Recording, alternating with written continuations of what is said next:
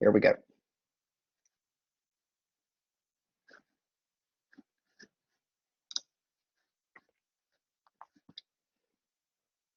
And I'm going to turn my webcam off only because you guys are welcome to look at me, but it seems like my bandwidth, my internet doesn't work as great when I'm trying to share my screen and do that too. So I'm going to turn that off.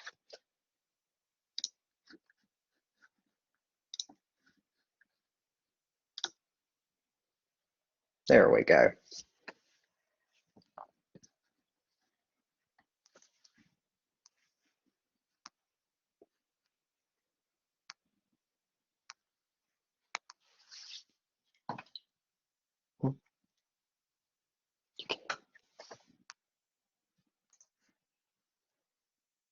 Hey everyone, I'm on here too.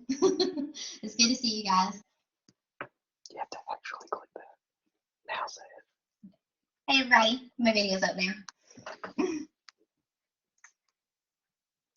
Got the siblings working together. Y'all know that's not a great idea. No, I'm just kidding. It's been good.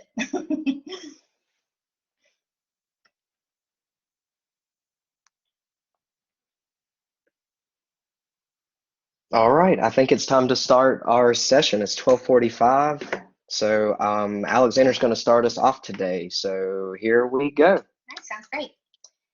Well, welcome. Good afternoon. This is our session on the introduction to the 5 essentials of financial wellness. As everyone knows, my name is Alexander Dowdy. I am the Career and Technical Education Admin for the college, and I will be one of your presenters today.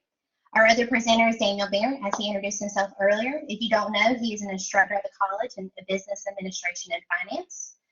With Financial Literacy Month on the horizon, we thought it would be a good idea to offer this session on Professional Development Day, making the case for the importance of financial wellness. And at the end of the presentation, we will provide you with more information about the 3 different sessions that we are going to be conducting in the next month of April, and we would love for you to sign up and attend to learn more about it. So we're going to take a few polls today during this presentation. Fun, fun, fun, fun. The first one we're going to do is just be for fun to get used to the activity. So let's get started. If you can take your phones and text A Dowdy 106 to the number 37607. And once you do that, you should receive a confirmation text and you'll be ready to go. So I'll give you a couple minutes to do that.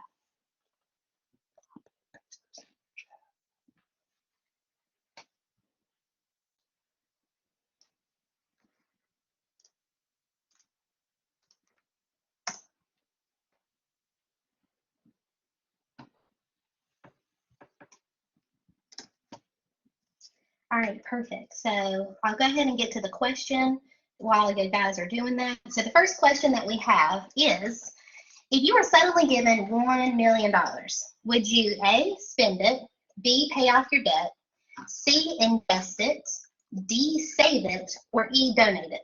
So all you got to simply do is just text your response A, B, C, D, or E to that message, and we're going to go to a live poll screen now to see where the class stands on what they would do with that $1 million. And if you're a little behind or you logged in late, Alex has put the instructions for joining that poll over in our chat window. So just check your chat window if you're playing catch up. A Dowdy 106 to the number 37607. So we're just going to share that live poll with you now. So just give us 1 second.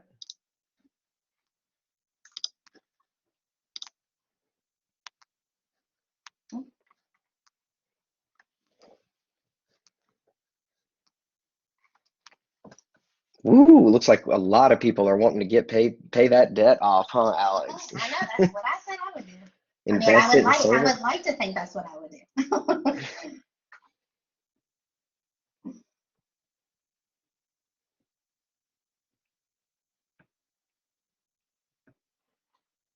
Oh, numbers are still moving.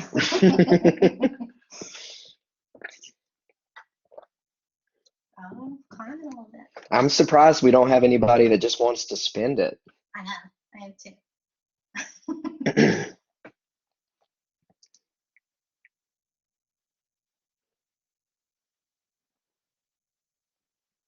All right, it looks like maybe everybody's participated. I'm not seeing it really budge.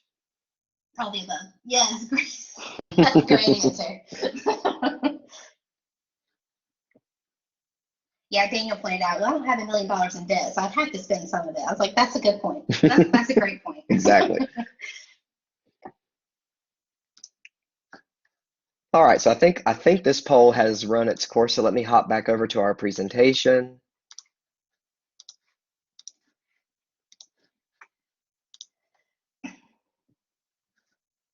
There we go. Perfect. So in February 2019, Logic Research conducted the same survey to measure thoughts and beliefs on various aspects of personal finance. When respondents were asked the very same question that you just were asked, they found that 54% said that they would spend it, 28% said that they would pay off debt, 23% said that they would invest it, 21% said they'd save it, and 7% said that they would donate it. For the remainder of this session, we're going to talk about why these results likely came out the way that they did. And even looking at our class's results, it seems like everybody would either pay off debt, invest, or save it. It seems like that's kind of that core group there is what it seems like people that we work with want to do with that money, right? Yeah, makes sense, yes. So, all right, keep going. Okay, well, now that you've gotten the hang of it, we're going to do a little bit more challenge question this time. So this time you don't have to text anything. You don't have to do the number, the A doubt. You literally can just simply text your response. So let's go ahead and move on to the next question. In your opinion, which of the following factors has the most negative influence on your money habits? Is it A, family, B, friends, C, social media, D, co-workers, or E, neighbors? And we're going to jump back to the live poll again to see where our results end up with the class. Once again, you can just text A, B, C, D, or E for those results.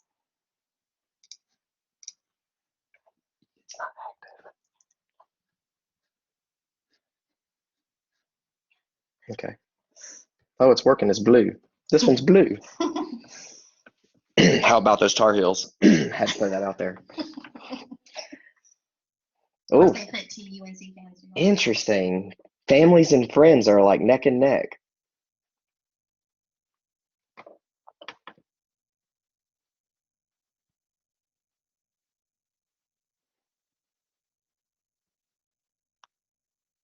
Yeah, family's taking the lead. Look at there. Wow.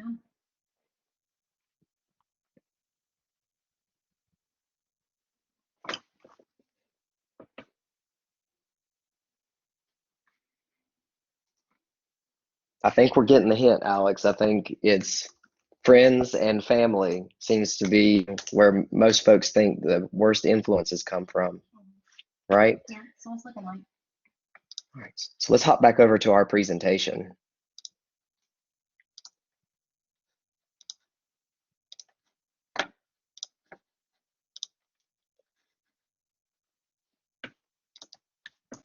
So the same survey mentioned earlier asked respondents, when it comes to how you manage your money, how would you describe the influence of each of the following, good or bad?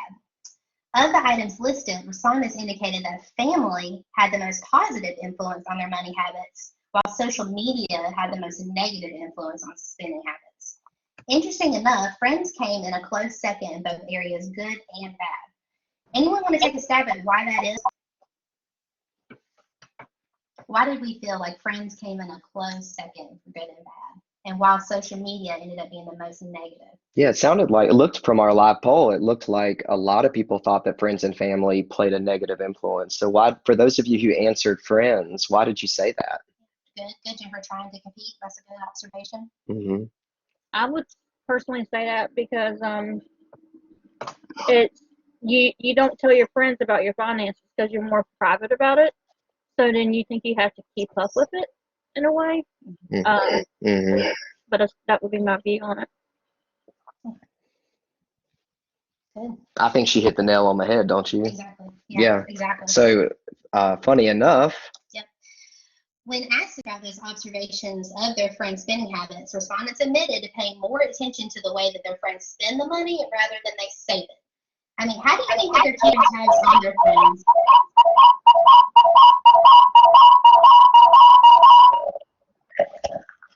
How do you think they're keeping tabs on that? and spending money. How do you think they're doing that? How are we keeping tabs on our friends spending money? Remix. Yeah, that's exactly what it is.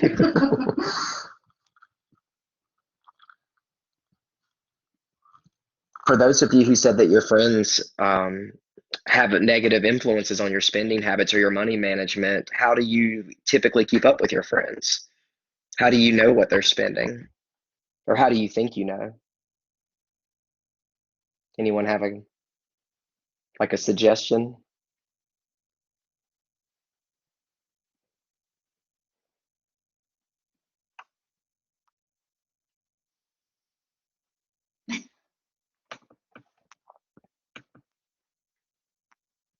They can't hear?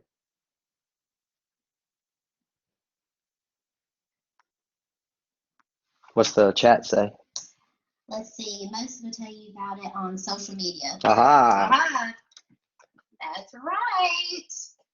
So, through social media, survey results indicated that most of us use social media platforms, Facebook, Instagram, Twitter, to keep tabs on our peers. And 60% of the time are wondering how our friends can even afford the living that they're living.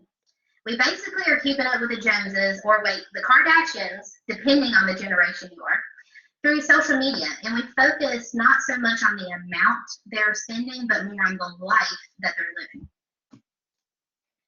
Which makes sense. When asked how to define personal wealth, 72% of respondents described it as the way they live their life rather than the specific dollar amount that they're spending.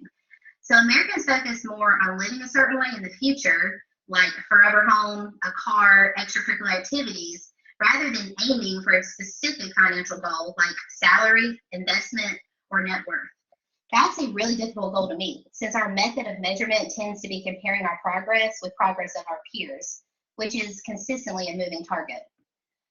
This constraint comparison can lead to high levels of stress at home and in the workplace. Now, granted, personal wealth and financial wellness in general are highly subjective constraints, but meaning we have all of our own opinions on what they look like. So before we explain our definition of financial wellness, it's important to get an idea of where this class stands on the topic and think about it as a baseline to the work when we're exploring the topics later in this session. So if you don't mind, take a few minutes to complete this survey. I'm about to put the link in the chat box now. There it is. If you can go to that survey and do a short questionnaire on thoughts and beliefs surrounding financial wellness, and then we will see where the results end. Please let us know if you have any issues with the link.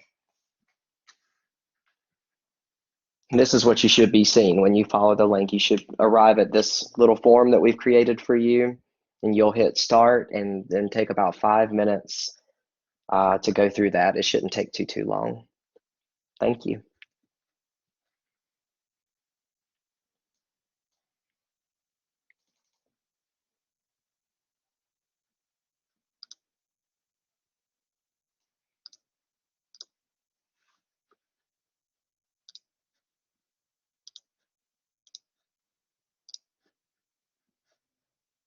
And so you have some mood music.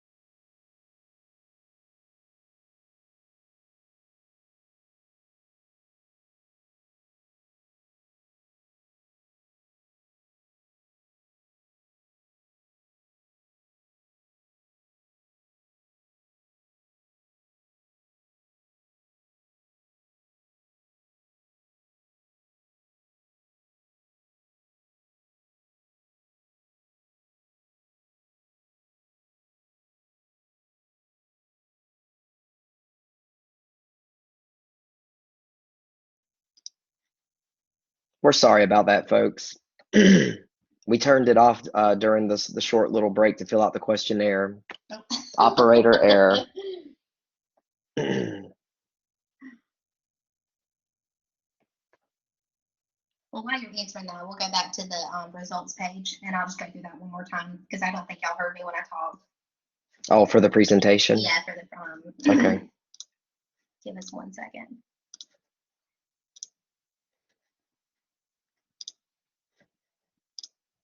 There you go. All right, perfect. So these are our class results, like you saw earlier.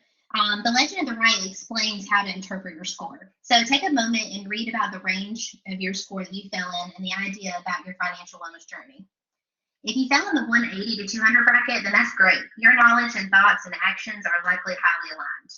If you fell in the 140 to 180 range, you definitely have put some work into being financially well, but there might be a couple areas that you could improve on. But regardless of what range you fell into, there's always room for improvement, right? I feel like we can always have something else that we could be working on. So when we took that poll, it looked like A and B were pretty much neck and neck, is what I was seeing: retirement and medical costs in the event of a serious illness or accident. So I'm going to turn it over to Daniel here. He's going to finish up the rest of our presentation and take it away. And so our class's results actually lined up with what the research tells us over this past year. So pre-pandemic, there's not been a lot of statistics out there during the pandemic, but pre-pandemic, Gallup, which is a research company that does a lot of different polls, they did a poll back in April of 2019 that measured Americans' levels of concern about personal financial matters. And so what we see is that there are 3 financial matters that Americans are most concerned about. And we're going to talk about those top 3 on this slide, but you can feel free to look at some of the other results as well. So not having enough money for retirement is the largest concern that most Americans have. About 54% of respondents said that they were either moderately or extremely worried about not having enough. The second biggest concern is not being able to pay medical costs in the event of a serious illness or accident. So about 51% of respondents responded stating that they were either moderately or extremely concerned about this. And then the third largest concern was not being able to pay medical costs for normal health care. So about 42% of respondents responded the same way. It is interesting to note, though, that 42% of the respondents also responded that they were concerned or worried about maintaining the standard of living that they currently enjoy, which I think was kind of synonymous with what we were seeing in our live poll. It's really interesting, right? So maybe these results line up with where your concerns are currently aligned, or maybe not. Maybe you answer this completely different. But what is apparent when we look at polls like this, or surveys like this, is that financial distress is very common regardless of who you are or where you are in your stage of life, right? So financial distress is actually quoted as the most common cause of stress experienced by most people. About 3/4 of the population experiences some level of stress when dealing with financial situations. And approximately 1 in 4 say that financial stress is on their mind all day long, right? And the research tells us that the likelihood of experiencing this type of stress around financial decisions actually increases if you're a female or if you're a parent, and especially if you're both, right? So maybe this is describing you. Some more research that we were able to find was that stressing about finances really takes a toll on us in a personal way, but also at work. So some personal things that stressed us to us. So 36% of employees struggle to make ends meet on a monthly basis. They've actually admitted to that. 6 in 10 report that their health is directly impacted by stress caused by financial events. And 7 in 10 say that finance is the highest stressor that they experience in their day-to-day lives.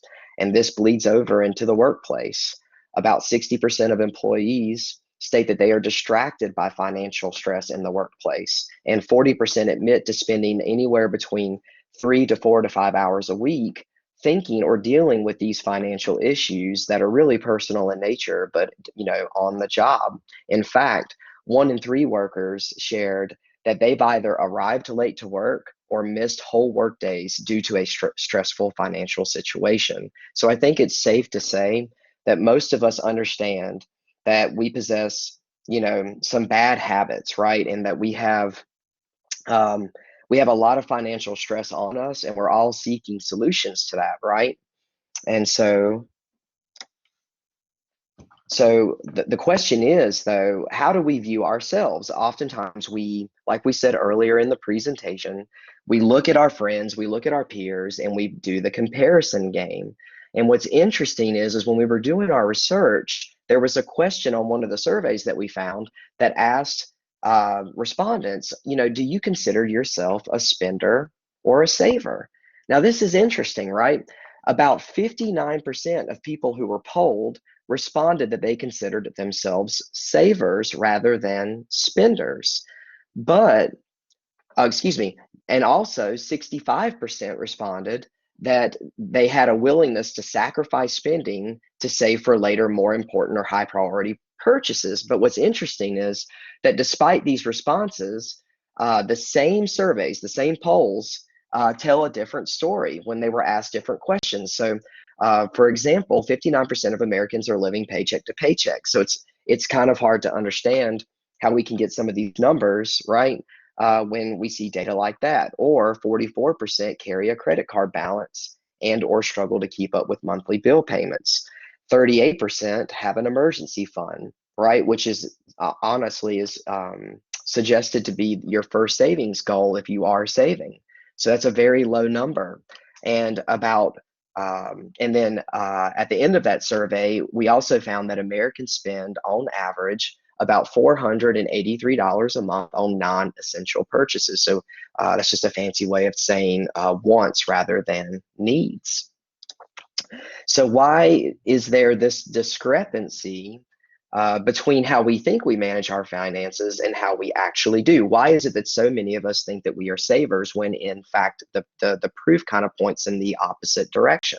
Well, one theory suggests that there is a divide, right, or this battle that exists between our present and future selves. And there's this really great lecture by Daniel Goldstein that talks about that battle. We're just going to show you one small segment of it, though. Okay. I think the videos don't like to play well with collaborate inside our presentation, so I'm going to have to just hop over to it really quick. It'll take just a second. All right. And so we're just going to listen to about a minute of his lecture, and then if you'd like to hear more, please let us know. We'll share it with you. In particular, I'm interested in the relationship to the future financial self. And this is a timely issue. I'm talking about the topic of saving. Now, saving is a classic two selves problem, right? The present self does not want to save at all. It wants to consume, whereas the future self wants the present self to save. So this is a timely problem. We look at the savings rate, and it has been declining since the 1950s. At the same time, the retirement risk index, the chance of not being able to meet your needs in retirement, has been increasing. And we're at a situation now where for every 3 baby boomers, the McKinsey Global Institute predicts that 2 will not be able to meet their pre-retirement needs while they're in retirement. So what can we do about this? There's a philosopher, Derek Parfit, who said some words that were inspiring to my co-authors and I. He said that we might neglect our future selves because of some failure of belief or imagination. That is to say, we somehow might not believe that we're going to get old, or we might not be able to imagine that we're going to get old someday.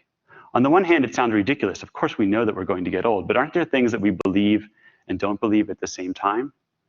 So my co-author.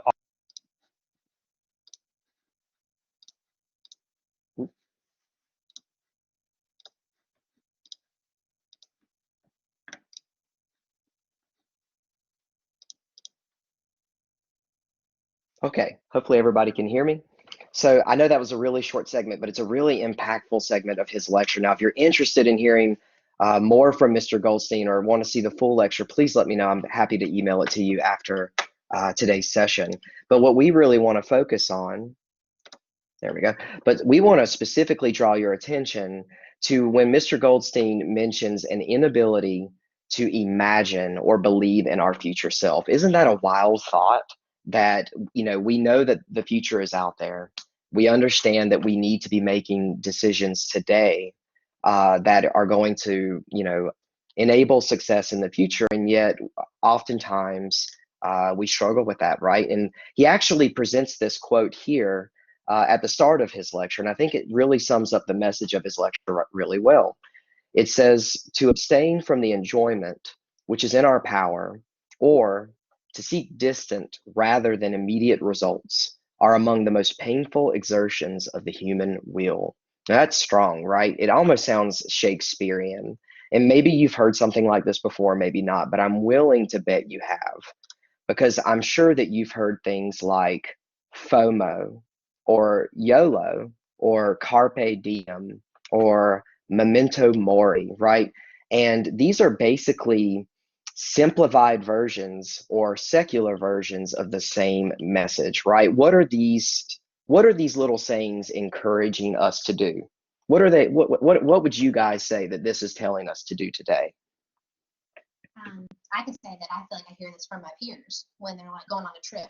Hey, YOLO, you only live once. You might not have the money, but hey, join us anyway. So I think it's definitely going to be peer pressure as well. How many of you feel that same kind of pressure from your family or peers when you're trying to make good decisions about your future? Any yeses? Any thumbs ups? No?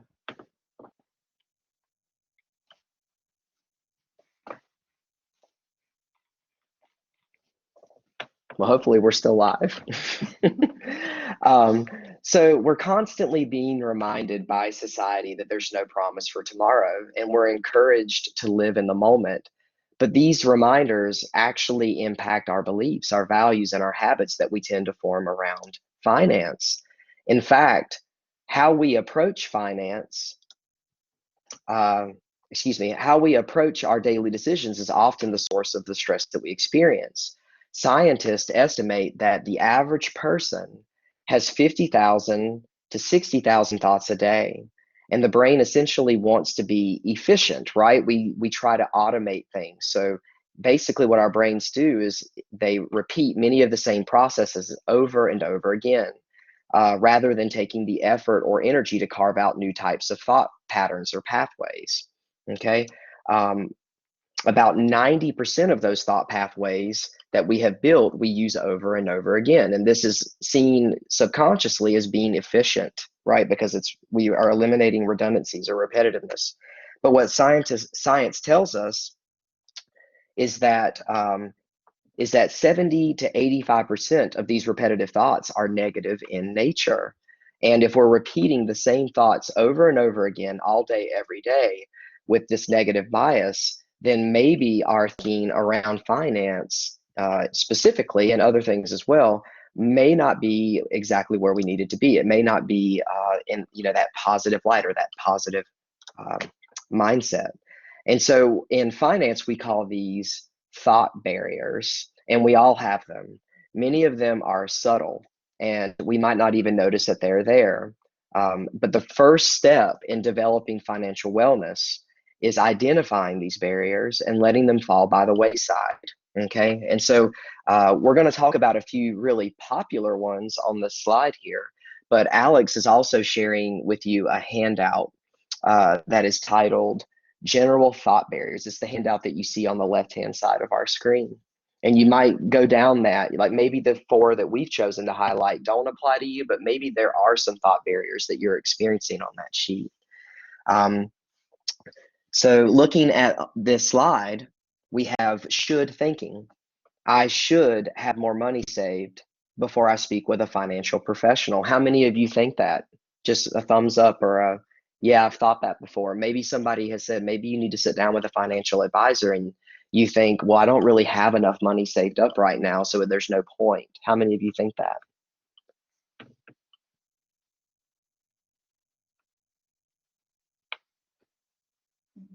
Jennifer, Dylan, I have thought that. And Norman, he raised his hand.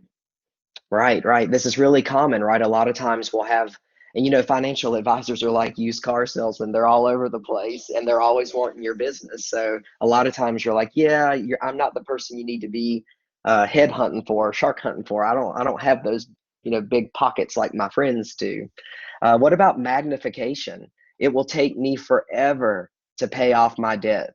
It's simply impossible, and I don't have time to deal with it right now. How many of you feel like you are just buried in debt and you think that there's no point until you get out of debt, there's no point in thinking about your financial future?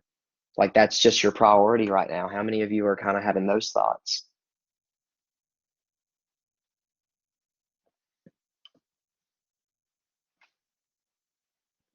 What about all or nothing thinking? I know that I'm definitely someone who does this. So I'm an all or nothing type of person. So I don't do any type of investing. I'm not a financial expert and would only mess things up. So there's no point, right? So these are all distortions that, things that we say to ourselves inside our minds that are preventing us from having financial wellness, because financial wellness stems from, um, you know, removing those barriers and then taking those first steps. And we're going to talk about those first steps today. But the first step is realizing that we've got to remove this negative talk, this negative speak inside that we're telling ourselves, because it's basically putting us into this vicious cycle where we're failing to plan. And by failing to plan, we're basically planning to fail. So once we acknowledge these thought barriers, or maybe we even have some biases, I have a lot of lectures that I can share with folks on particular biases that we might have towards money. We can then start to proceed to develop the skills and positive behaviors that we need for true financial wellness. And the foundation that certified us to teach you this, the class today, they're referred to as the Foundation for Financial Wellness. They actually break down these essentials into categories.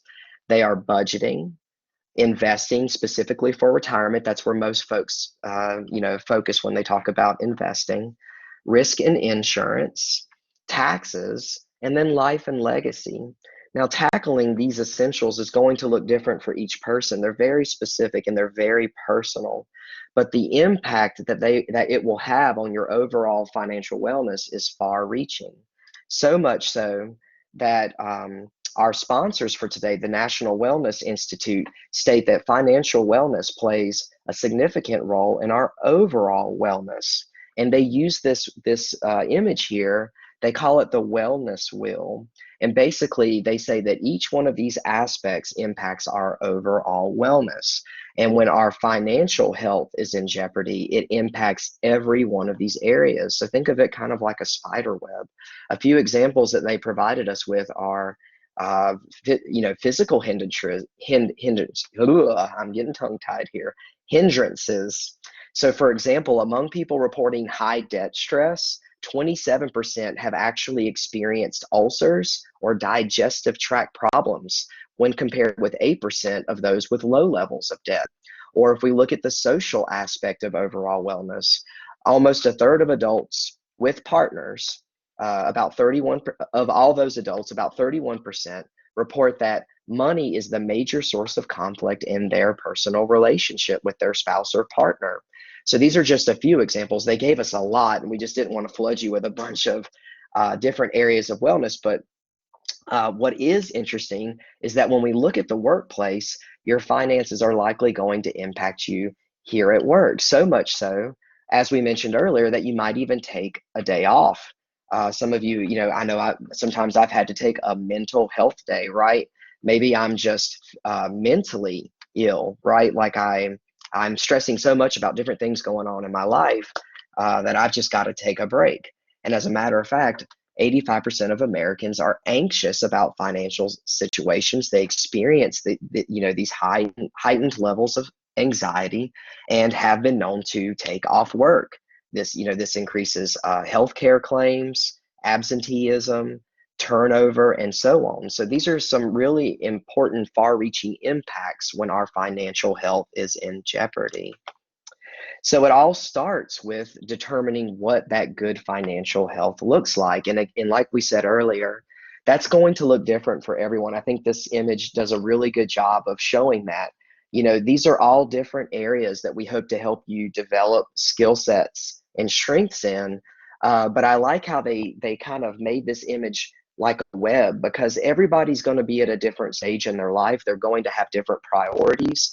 And so maybe some things are going to be more important to you today than they are to someone else, and that's fine. But what you first have to do is decide what that is. What is your priority today? Maybe it's knowing how much you need to retire. We've had a lot of folks respond earlier during the poll who said that retirement was a really big issue for them. That's awesome. I mean, that's really great, because that's so forward looking.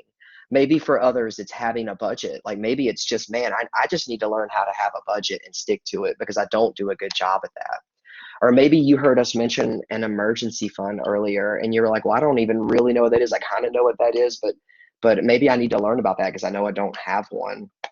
Right? Or maybe you saw that insurance and taxes were mentioned on a previous slide, and you said, wow, I have the basic insurance that everybody has to have, right? Like I have health insurance and I have car insurance if you drive a vehicle and so on, but maybe there's other options out there that I didn't even know about, right? So the specifics are going to look different for each of us, but what is so important is realizing that you have to have a plan. Regardless of your level of income, regardless of your current financial predicament, you must start with developing a formal plan.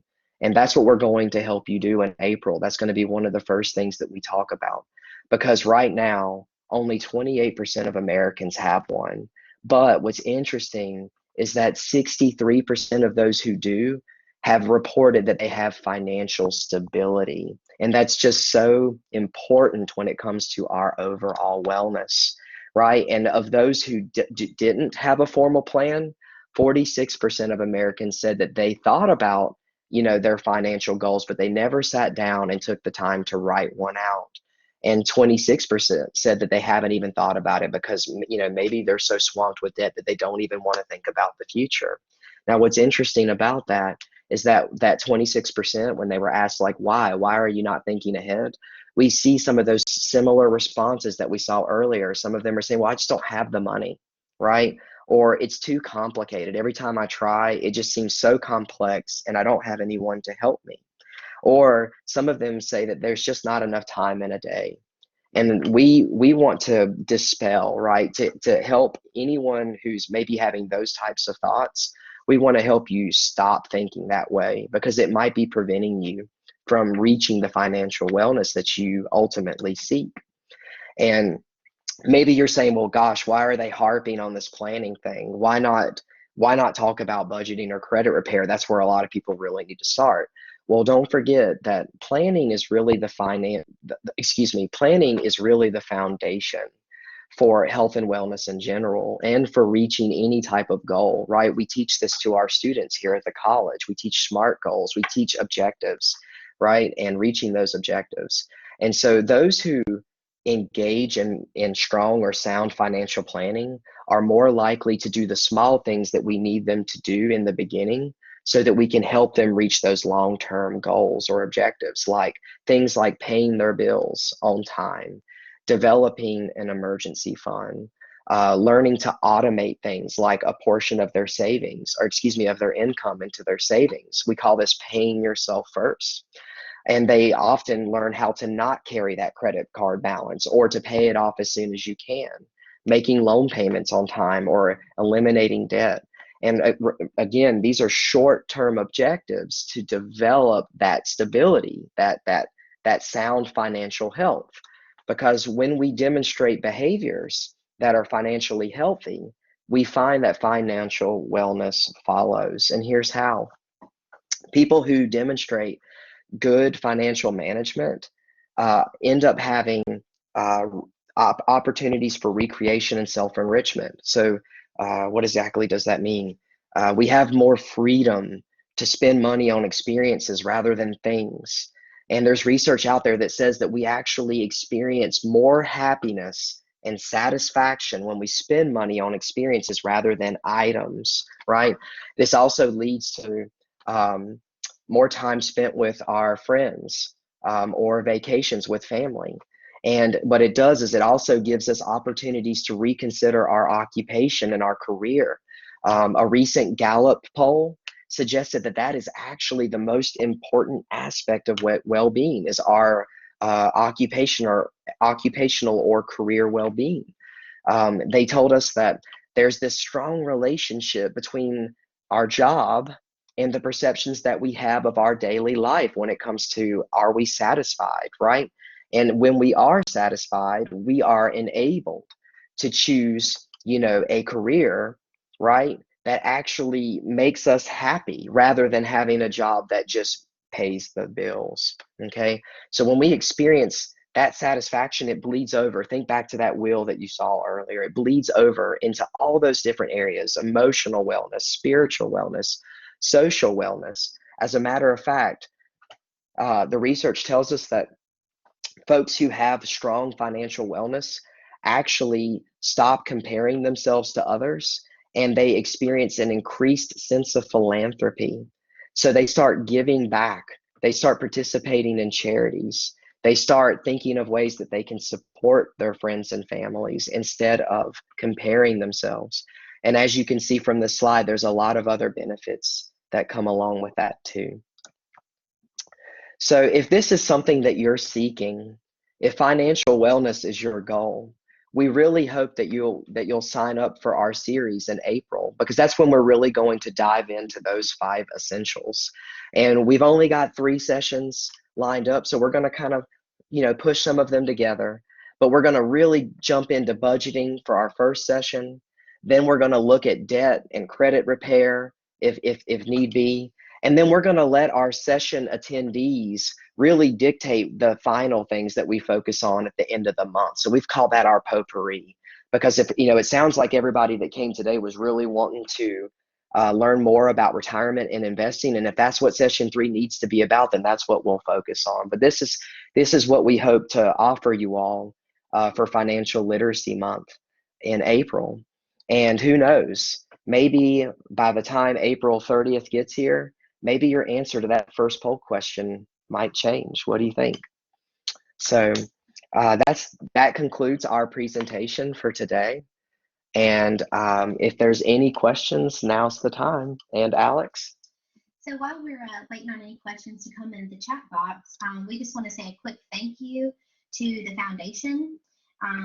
The elements of this session were created by the Foundation of Financial Wellness in collaboration with the National Wellness Institute, which is the most well-respected nonprofit organization in the country, if not the world. This presentation looks at financial wellness through the lens of NWI's 6 Dimensions of Wellness, created by the Foundation of Financial Wellness. The Foundation of Financial Wellness is a 501c3 nonprofit organization that works with individuals and organizations delivering courses and counseling to help increase financial health and well-being. They have been improving overall well-being for people since 2012. They've provided course materials and worksheets to employees and individuals across the nation. In addition to their courses, participants are provided free, private, one-on-one financial counseling. Their information is listed at the bottom of this slide, but we can also provide it to you upon request. So thank you to the foundation. And thank you guys for being with us. So we're going to hop back to questions. And it looks like, can you please put the schedule of the sessions back on the screen? Of course. Definitely do that. Yeah. And there's also a link there that we can also send out to you guys to sign up that Aaron has created for us. Does anybody else have any other questions? I'm going to go ahead and copy that link for you guys in the chat box, so it's a little bit easier for you to get to. There you go. And like I said, these 3 sessions, like Daniel was telling earlier, we're going to take really deep dives into each of these. It's going to be very hands-on, very much kind of more, intimate sessions, activities, exactly. Mm-hmm. Today was just the overview of what financial wellness is, the introduction course. Mm-hmm. And like I said, April, with it being Financial Literacy Month, that's why we came here today to do this session. And we hope you guys are interested. And there's a lot of really good content that we're going to bring in April. So we'd be glad to see you guys out there. Mhm. Written financial plan, is that in the budgeting session? Yes, it'll be at the beginning. Yes, it'll be at the beginning. And we also have a budget spreadsheet that has been provided to us that has all the formulas and everything already worked out, where you only have to input Your information. and it does everything for you. So yes, in the budgeting, I know that'll probably be a big session for everyone. I think everyone has some areas they can work on in budgeting and want to learn more. But yes, that'll definitely be in that section. Does anybody else have any other questions for us? Any comments? Any comments? Anything you want to share? Sorry for the remix and a little bit of a brief pause, but we hope you enjoyed this session today, and we're here for any questions. And like I said, if you have any questions that come up after this, feel free to reach out to us. We are available for anything you have, or if you just want a little bit more information about what the April series looks like, we can definitely help you out with that.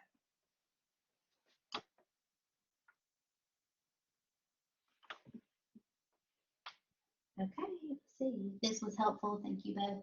Oh, you are very welcome. Thank you. I think that wraps it up. And like I said, we just want to say thank you for being here. And thank you for listening to us. And we hope everybody has a great rest of your PD day. It looks like we got about 6 minutes. So that we ended early. So that's great. We were thinking we were going to run over, so that worked out perfect. I definitely thought that this was going to run over. Yeah, okay. Sorry if we talk too fast. Yeah, we're a little bit, everybody knows we're fast talkers. All right, well, thanks everyone, and we will hopefully see you all. Come back and see us in the next session. It's definitely going to be great. Thank you.